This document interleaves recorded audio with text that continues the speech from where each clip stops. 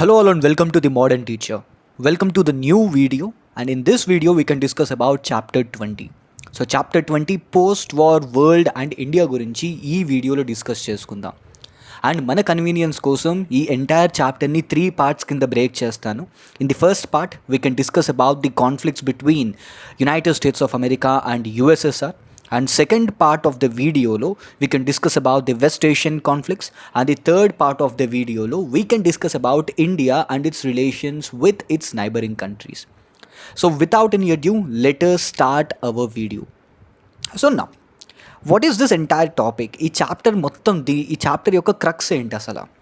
World war 2 end అయిన తర్వాత ఒక కొత్త వరల్డ్ ఆర్డర్ క్రియేట్ అయింది, and how it impacted the world and how it impacted India. So ఈ ఎంటైర్ చాప్టర్ అంతా ఈ కాన్సెప్ట్ చుట్టూ, ఈ థీమ్ చుట్టూ రివాల్వ్ అవుతూ ఉంటుంది. సో నా ఈ chapter what happened after world war 2 అనే దగ్గర నుంచి స్టార్ట్ అవుతుంది, after math of world war 2. So let us look into this chapter line by line. The impact of the Second World War was different for different countries. The worst affected were the European countries, especially USSR, Poland and Yugoslavia, which lost about 20% of its population. In economic terms too, USSR and other European countries lost heavily with destruction of cities, factories and mines on a massive scale. So no, మనకి తెలిసిందే కదా ఇది second world war టైంలో what is the kind of destruction. Though these countries which are there in Europe, you can take United Kingdom, you can take Russia, ఈ countries అన్నీ world వార్లో win అయినా కానీ because of their massive military expenditure, because of the greatest aggression from the side of Germany, ఈ countries అన్నీ win అయినా కానీ disadvantage సైడ్లోనే ఉన్నాయి. So there was a massive scale destruction on a massive scale. About 1700 towns, 31,000 factories and 70,000 villages of USSR had been completely destroyed. Union of Soviet Socialist Republic USSR ki sambandhinchi major disaster jarigindi. In contrast, so USSR కంప్లీట్గా మనం negative షేడ్లో చూస్తున్నాం ఇక్కడ. USSR it almost became bankrupt, right, because of the kind of disaster that happened in second world war. Second world వార్లో జరిగిన disaster వల్ల USSR almost it became pauper. Now in the contrast, USS suffered less as war was not fought in its territory. మనం ఈ entire course of second world war చూసినప్పుడు you will see only one bit of island, right. One of the triggering ఫ్యాక్టర్స్లో why United States of America white attack Japan అనే question వచ్చినప్పుడు we'll discuss about something called Pearl Harbor incident. ఆ ఒక్క incident తప్ప మేజర్గా United States of అమెరికాలో at least mainland టెరిటరీలో ఎప్పుడు కూడా ఏ కంట్రీ అటాక్ చేయలేదు సెకండ్ వరల్డ్ వార్ టైంలో.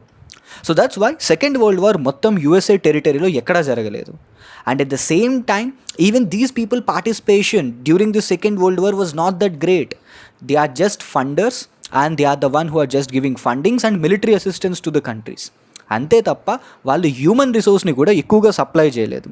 In fact the second world war helped USA to grow out of it's economic misery caused by the Great Depression. We know that during the last period of 1920s, మనకి great economic depression వచ్చింది. Now, what made this United States of America to come out of this economic depression? Economic depression నుంచి United States of America ఎలా బయటకు వచ్చింది? The major reason for that is second world war. Second world war వల్ల United States of America economic depression నుంచి బయటకు వస్తుంది. ఎలాగా?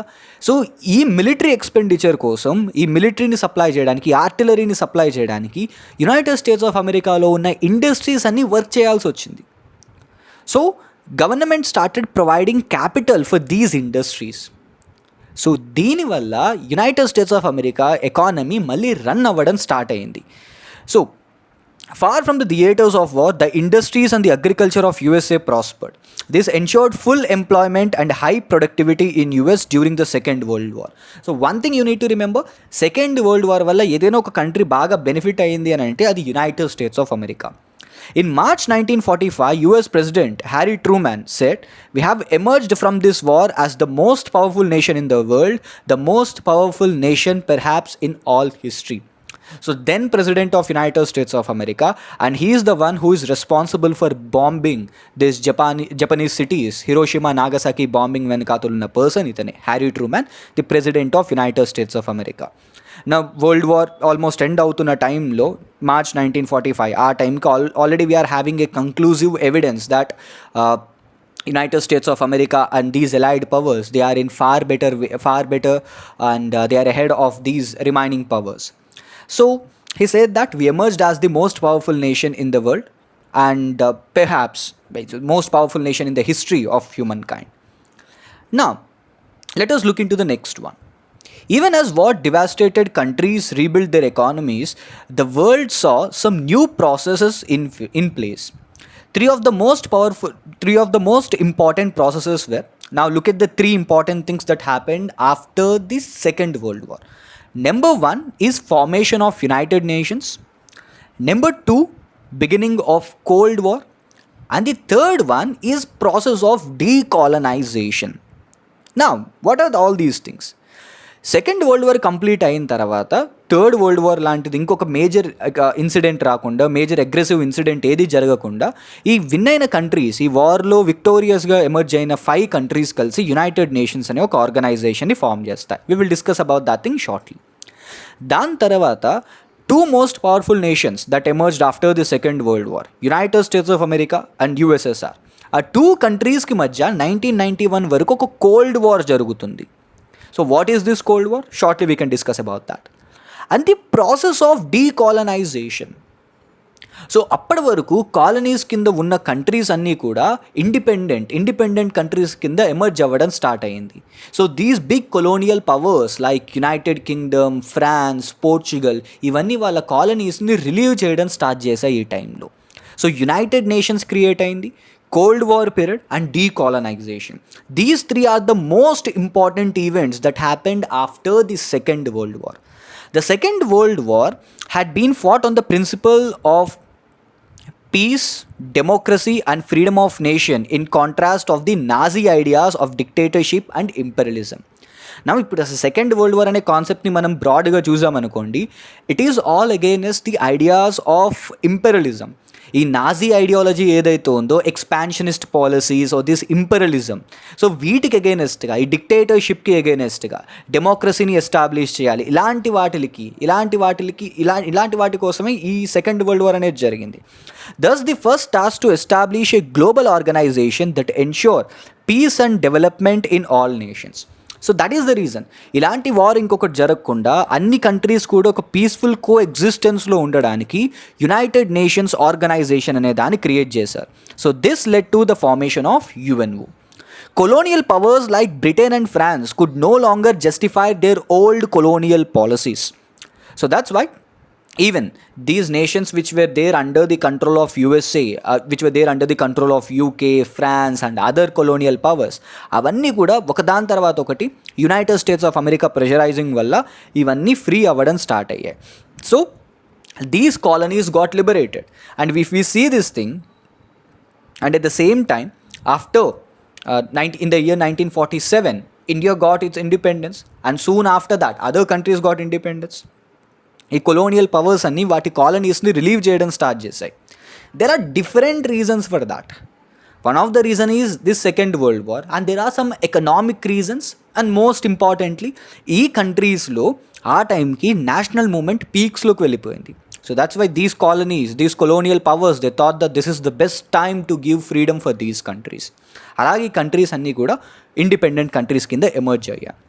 The USSR also emerging as a champion of anti-colonial struggles which in many ways were led by the communist parties inspired by USSR. And మీరు ముందు చాప్టర్స్లో కూడా చూసారు how this Russian revolution, how it inspired national movement in India. So even this USSR played an important role in wiping out these colonialist policies. Under these conditions, old powers like Britain had no choice but to grant freedom for their old colonies. Right? So this is what happened. Now, let's see. As these countries became free, they faced a world greatly torn between two ideologies. ఆ టైంలో second world war తర్వాత రెండు ideologies emerge అయ్యాయి. One is capitalism, number 2 is communism. And the champion of this capitalism is United States of America and the champion of this communism is USSR. So two different ideologies, or if you want to replace socialism instead of this communism, you can replace it. So rendu kotta power blocks create ayyayi. United States of America capitalism మీద, and Union of Soviet Socialist Republic erstwhile Russia, ఇదంతా socialism communism basis మీద. అలా 2 power blocks create అయ్యాయి. So world ఒక bipolar world కింద create అయింది.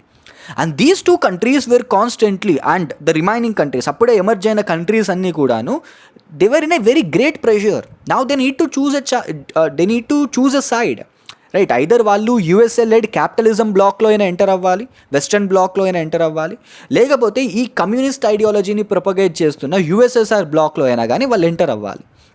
So and were constantly under the pressure to choose between two rather than follow their own paths of development.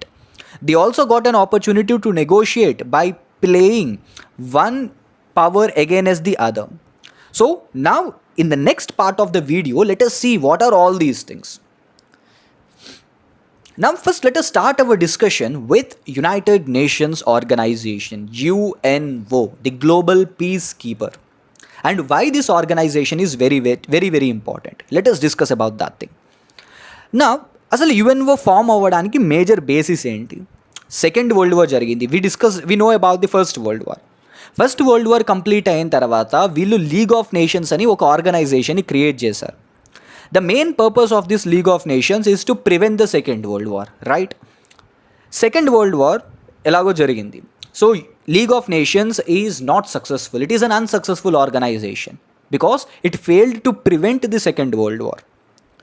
Second world war complete అయిన తర్వాత ఇంకొక peace ఆర్గనైజేషన్ని create చేశారు. అదే United Nations organization, UNO. Now the major purpose of this UNO is to secure the global peace. See, if you look at the first and second world war, ఎన్ని different factors ఉన్నా కానీ there are different reasons, there are different causes for the first and second world war. But we have seen something called immediate cause, right? అంటే ఒక చిన్న triggering factor ఉంటుంది war జరగడానికి. ఆ triggering factor అంత పెద్దది కాకపోవచ్చు. So if you see the first world war, there was a person who got assassinated. Ferdinand was assassinated, right? And that is the immediate factor.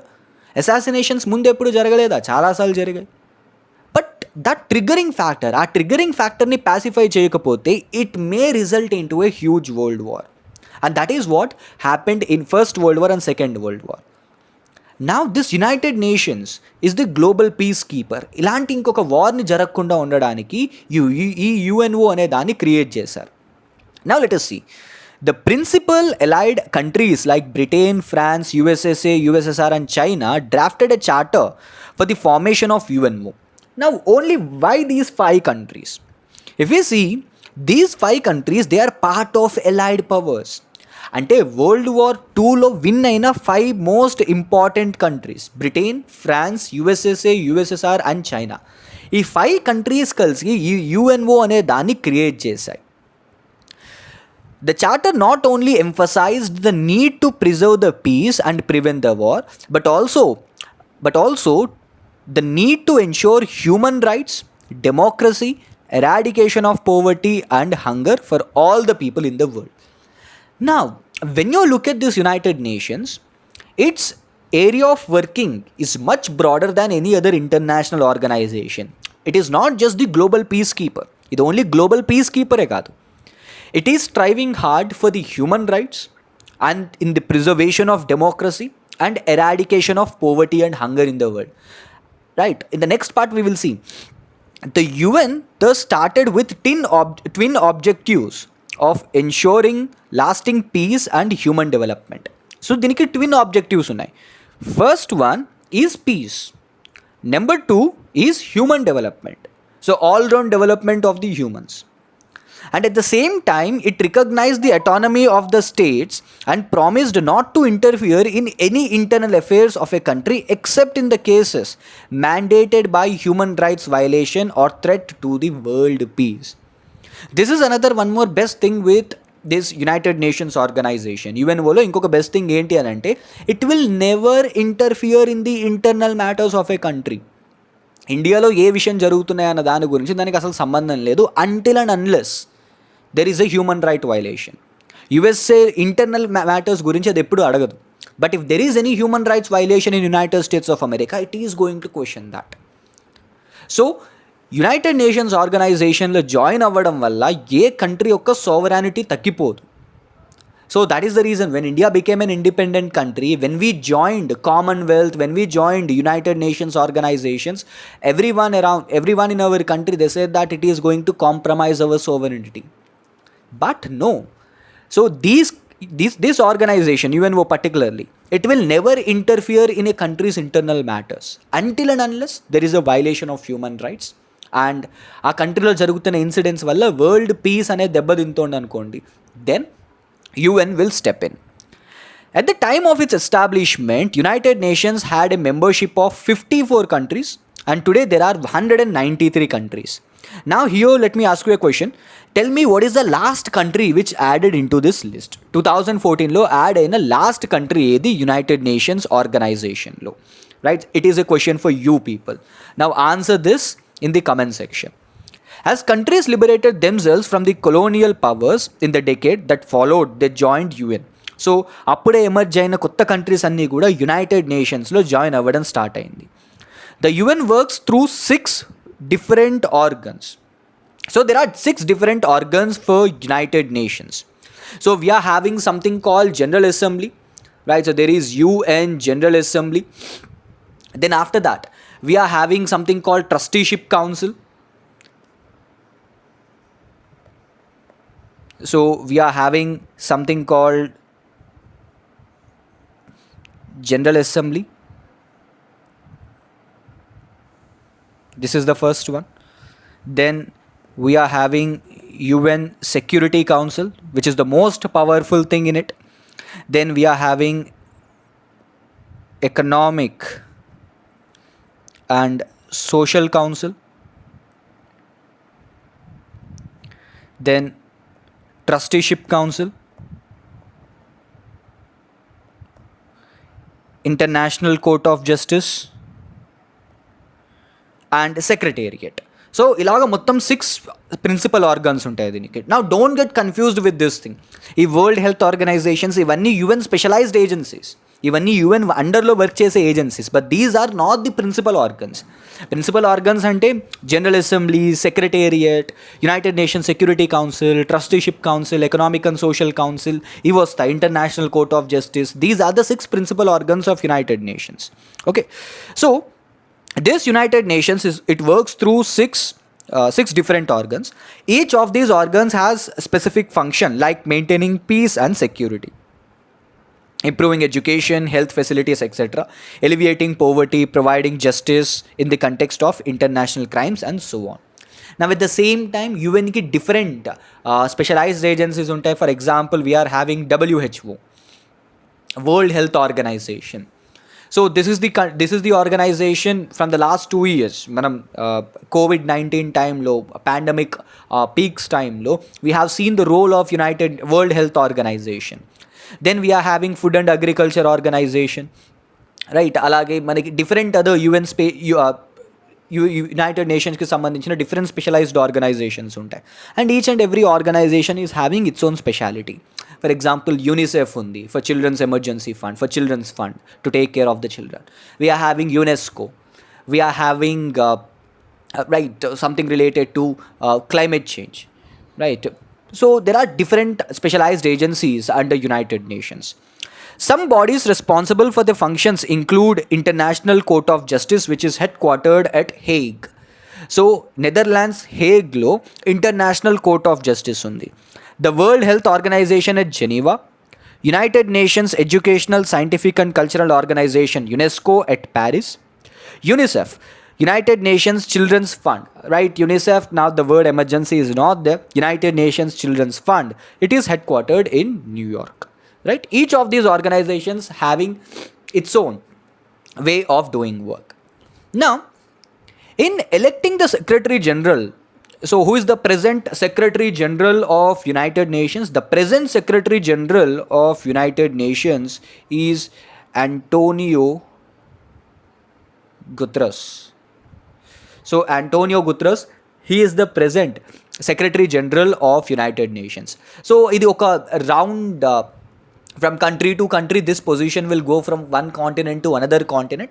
So Antonio Guterres, he is the present Secretary General of United Nations. So as you see this thing, the post is rotated across the different continents. The General Assembly is the main body where regular discussions between the nations take place.